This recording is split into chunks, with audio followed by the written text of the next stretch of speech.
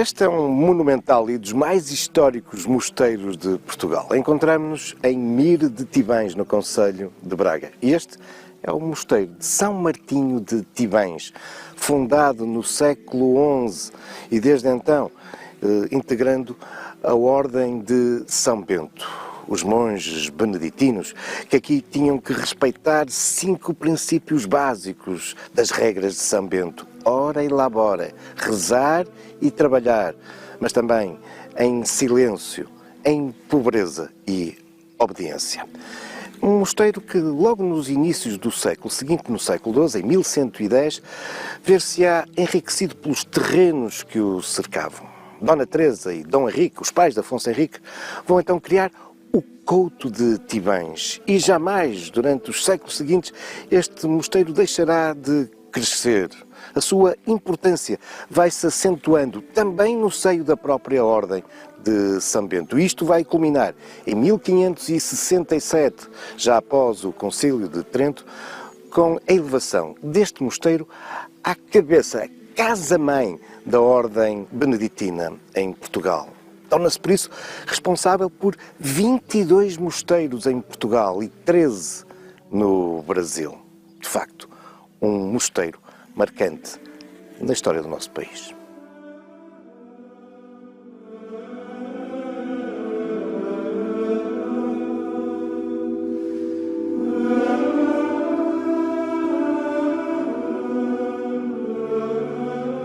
A elevação de Tibães à categoria de casa-mãe dos beneditinos em Portugal vai levar ao apogeu deste mosteiro entre os séculos XVII e XVIII. Uma época que coincide do ponto de vista artístico com o Barroco. Isso bem evidente aqui, na igreja, igualmente monumental, demonstrando o poder e a importância deste mosteiro.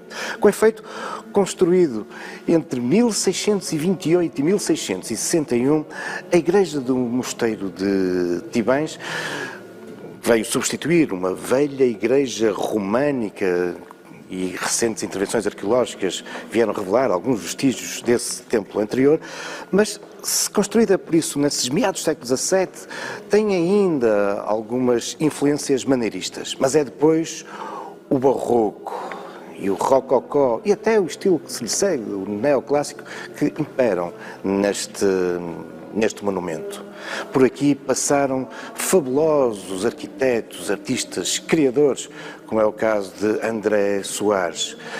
Devido ao seu envolvimento, à riqueza e à exuberância das intervenções barrocas que inundam todo o interior deste templo, nós encontramos, de facto, perante uma igreja, um monumento marcante na própria história da arte portuguesa.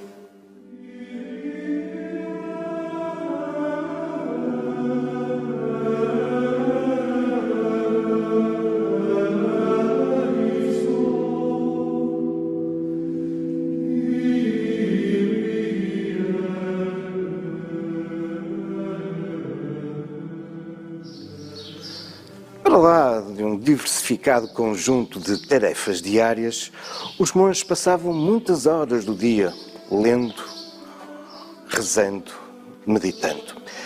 E para isso contavam com um espaço privilegiado no mosteiro, o claustro. Em boa verdade, em Tibães existe mais do que um claustro. Estamos no claustro do cemitério, que nos evoca também uma outra função que estas estruturas conventuais apresentavam. A de ser exatamente espaço de sepultura dos monges. Ainda hoje aqui podemos observar numeradas as lajes sepulcrais deste cemitério no claustro. Mas para auxiliar os monges na reflexão, este claustro, edificado no século XVII, apresenta-nos uma outra intervenção artística muito interessante, já dos finais do século XVIII, 1770.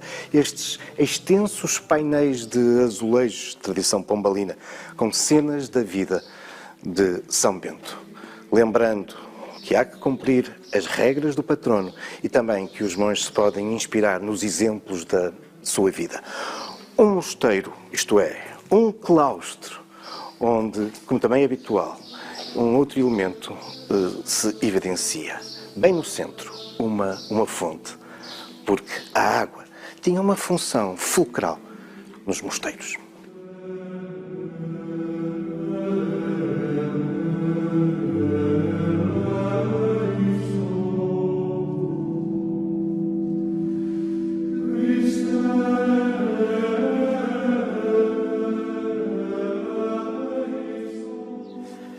Encontramos-nos agora nos vestígios de um outro antigo claustro aqui do mosteiro de Tivães, o claustro do refeitório. Aliás, estamos aqui a calcorrear o antigo pavimento do refeitório e do seu púlpito.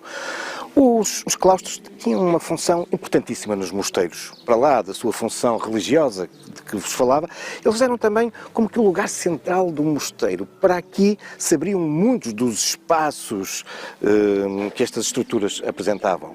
O refeitório, as celas, aqui também, neste caso, o acesso ao colégio, também a outros espaços. Por exemplo, ali no claustro do cemitério haveria também o acesso à igreja. Mas porquê este contraste entre o estado de conservação desse claustro do cemitério e este claustro do refeitório tão arruinado? Tem tudo a ver com a própria história deste mosteiro e da generalidade dos mosteiros no nosso país. Temos que recuar ao ano de 1834, quando, na sequência da Guerra Civil entre os liberais e os absolutistas e do triunfo dos primeiros, nesse ano sai a famosa lei da extinção das ordens religiosas. Os mosteiros foram abandonados, os monges tiveram que abandoná-los e eles são então nacionalizados. E depois, durante os tempos seguintes, o Estado vendeu-os em asta pública. Aqui, em Tivães, no entanto, o Estado permaneceu na sua posse com a igreja, a sacristia e o claustro do cemitério. Tudo o resto entra numa ruína acelerada, porque as estruturas passam a ser utilizadas para apoio à atividade agrícola. As paredes são desmontadas para se reaproveitar a pedra noutras construções.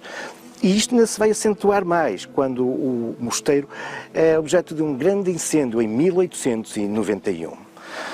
De nada adiantou em 1944 a classificação do mosteiro como imóvel de interesse público. E todo este declínio só irá travado quando, em 1986, de novo, o Estado adquiriu o mosteiro e, desde então, tem vindo a desenvolver uma intervenção qualificada de referência absoluta no nosso panorama patrimonial, contribuindo para que Tivães volte a ser, nos nossos dias, um lugar de referência, um espaço de cultura a merecer a nossa visita.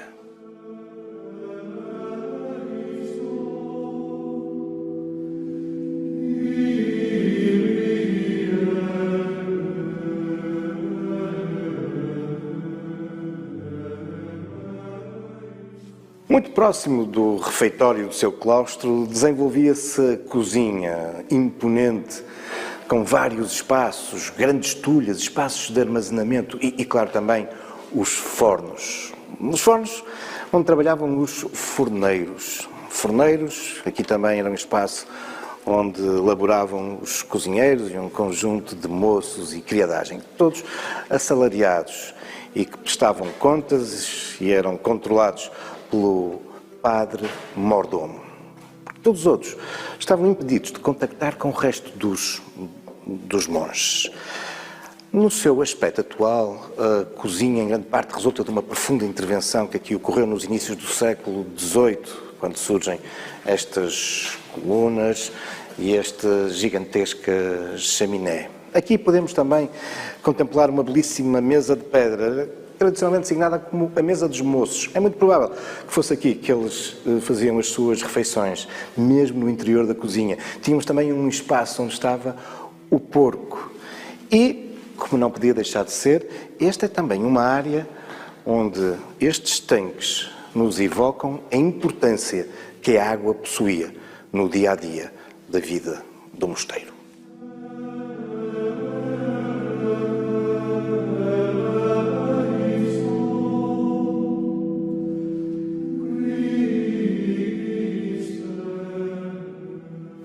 Encontramos-nos agora na cerca do mosteiro de Tivães. São cerca de 40 hectares, o que a tornam na mais extensa, uma das mais extensas e bem preservadas cercas dos antigos mosteiros do nosso país. mantendo as suas três funções iniciais, a parte agrícola, de mata e um jardim barroco. A cerca, esse espaço verde contíguo ao mosteiro, cercado, murado, e daí a sua designação. É também uma área onde se torna evidente a importância que, com efeito, a água possuía para os mosteiros. Afinal, é aqui, na área da cerca, que são, em grande parte, captadas as águas que são depois transportadas para o mosteiro através de diversas estruturas, como, por exemplo, este aqueduto. E, logo na sequência dele, já nas estruturas conventuais, encontrávamos, por exemplo, a barbearia, e a água era fundamental. A água que é também crucial para a cozinha, para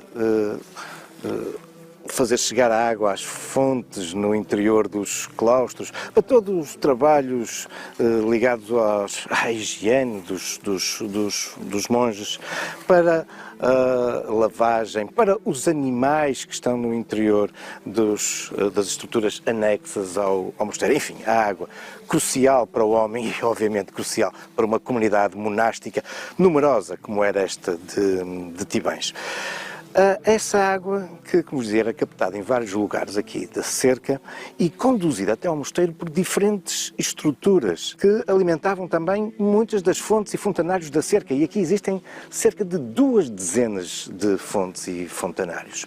Um imbrincado número de tubos, de canais em pedra, em barro e até em chumbo.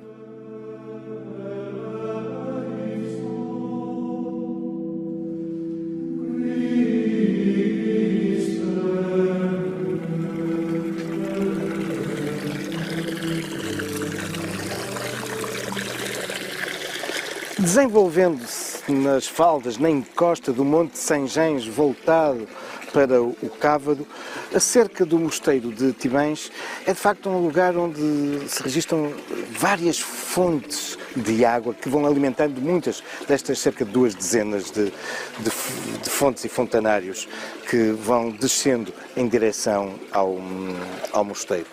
Que tem também uma função de algum lazer, nomeadamente em épocas quentes.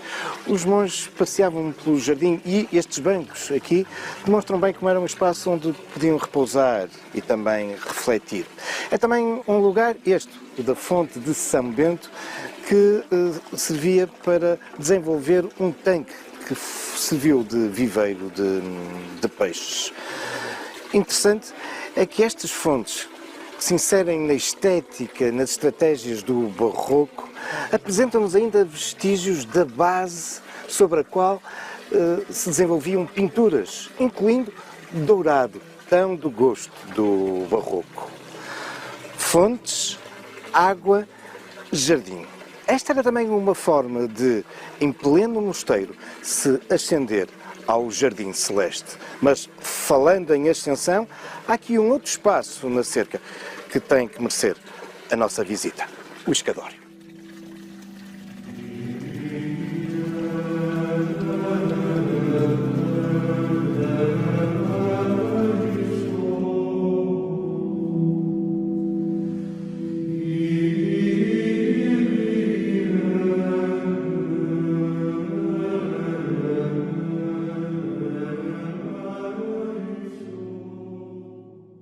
O escadório que nos conduz à capela de São Bento tem de facto tudo a ver com essa estética e estratégia barroca. Aliás, quando ela é construída no século XVIII, é contemporâneo da edificação desse outro famoso escadório, que é o de Bom Jesus de Braga. É algo de muito cenográfico, de aparato, que se impunha e era bem visível para quem visitava o mosteiro. Por outro lado, não deixava de ser também um pouco dessa evocação da ascensão ao jardim celestial. E também aqui, no escadório, a água está bem presente, através de um conjunto de fontes, onde se destacam estas 7 que fazem uma alusão às virtudes cristãs. Desde logo aqui a fortaleza, mas também repleta de simbologia ligada à ordem beneditina, o corvo, o leão, o báculo, o sol bento.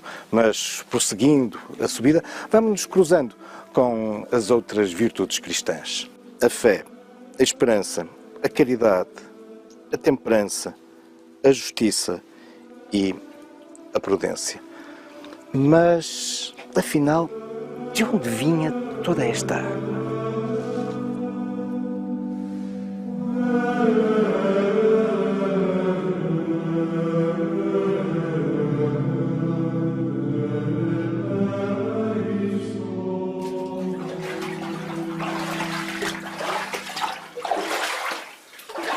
Para conseguirem essa quantidade de água vital para a vida no mosteiro, os monges tibães desenvolveram uma interessantíssima e relevante exploração dos recursos mineiros e geológicos da cerca do mosteiro. Com efeito, desde muito cedo que eles vão procurar nascentes de água, abrir minas de água. Foram 7 as principais que abasteciam o mosteiro, mas chegaram a ser 10. E algumas delas, curiosamente, embora a boca da mina fosse dentro do mosteiro, prolongavam-se para o seu exterior. Sim, porque temos casos como este, por exemplo, a mina da Aveleira, que atingiam centenas de metros de comprimento, neste caso, mais de 300 metros. Aberta nos inícios do século XVII, esta mina d'água da Aveleira, mais precisamente em 1626, quase 400 anos depois, continua-nos a revelar vestígios interessantíssimos das diferentes épocas durante a qual foi explorada. Aqui vemos os negativos das antigas estruturas de madeira. Ainda hoje continua a fornecer água para muitos das fontes e fontanários que vão alimentando a cerca e o próprio mosteiro.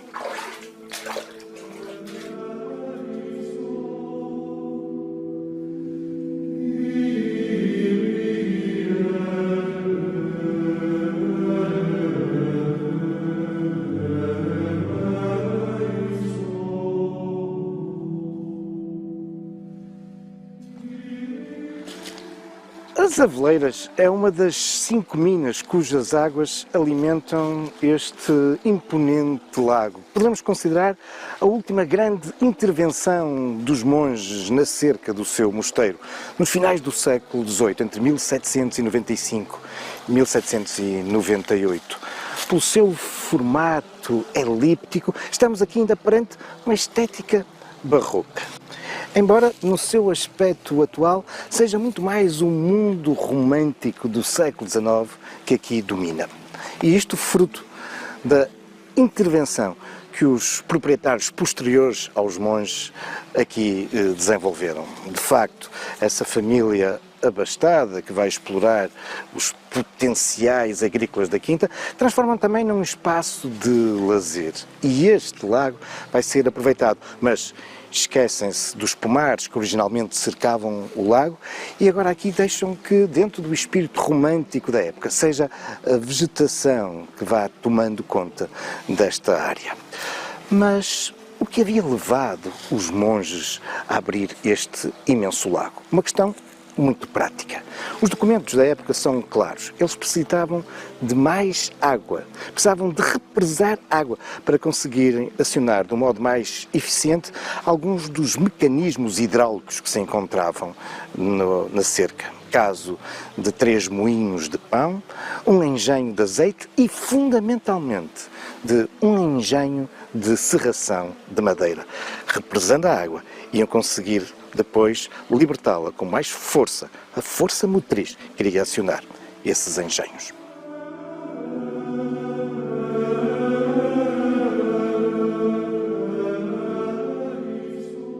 Este edifício é designado tradicionalmente como a Casa do Wolfrâmio e de facto fica associado a esse período das guerras, e particularmente da Segunda Guerra Mundial, em que muita gente aqui de Tibães se envolveu na exploração da wolframite. Aqui o minério era lavado, pesado e preparado para depois daqui sair para, enfim, as suas utilizações, nomeadamente bélicas. Não foi por acaso que a Casa do Wolfrâmio foi aqui implantada. Ela aproveita uma antiga estrutura que tinha sido montada pelos monges no século XVIII, um importante aqueduto que fazia acionar, as águas faziam acionar esse engenho para a serração da madeira. Hoje, a Casa do Wolframio é também um importante espaço dos serviços educativos e de apoio às atividades que decorrem na cerca do mosteiro.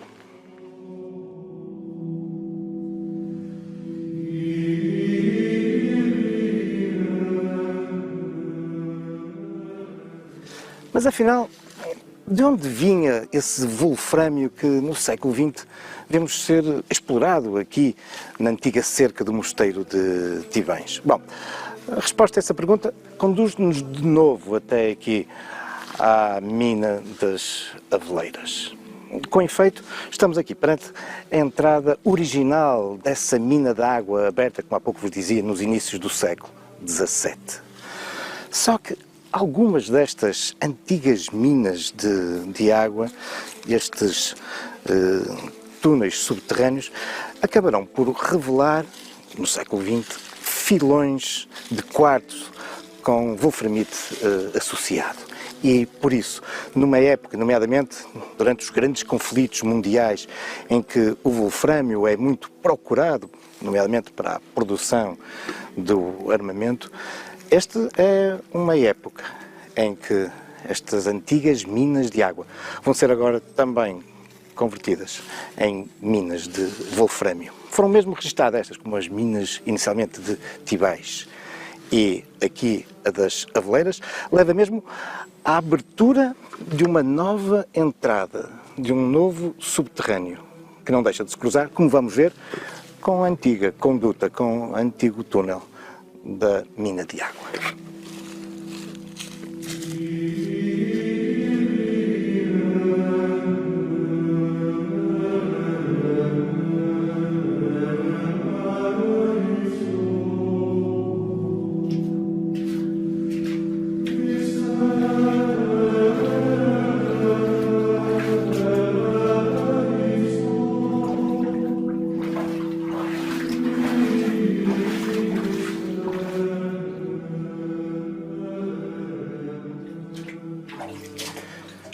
Percorrendo a galeria aberta no século XX para a exploração de wolframio, cruzamos agora com a galeria original, aberta nos inícios do século XVII, a mando dos monges do mosteiro de Tivães. Esta é a mina de água das Aveleiras.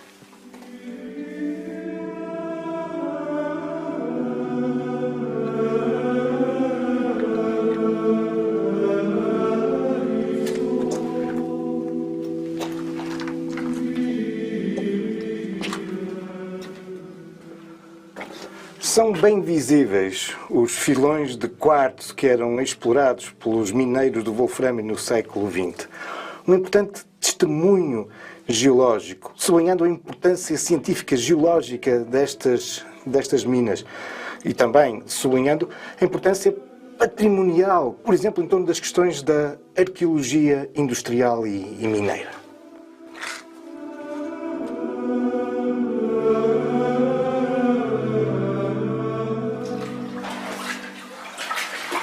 Mas, para lá das suas valências geológicas, arqueológicas, históricas, as antigas minas de água da cerca do Mosteiro de Tivães têm muitas outras potencialidades científicas. De resto, há já vários anos que equipas de cientistas aqui vêm trabalhando, dando origem a um grande número de artigos e até de teses universitárias. Equipas interdisciplinares, porque para lá das questões da geologia ou da história, este é também um mundo que interessa, por exemplo, aos botânicos e aos biólogos. É grande a biodiversidade aqui existente, com diversas espécies de insetos, anfíbios, répteis e até mamíferos, caso dos morcegos. É também grande, por isso mesmo, a potencialidade pedagógica e em torno das questões da educação patrimonial e ambiental. Isso mesmo vem sendo feito há já vários anos, mas um estudo, um projeto do Laboratório de Cartografia e de Geologia Aplicada do Instituto Superior de Engenharia do Porto permanece há 10 anos por cumprir. Um projeto ambicioso, explorando estas valências. Um projeto que orcem cerca de 80 a 100 mil euros, mas que, de modo surpreendente, até hoje ainda não encontrou um mecenas. E importaria tanto, porque as histórias que aqui são possíveis de abordar, o património, a informação científica é imensa. Esperemos que isso venha um dia a cumprir. Mas isso são já outros factos, também algumas lendas. Estou certo que, seguro, futuros caminhos da história.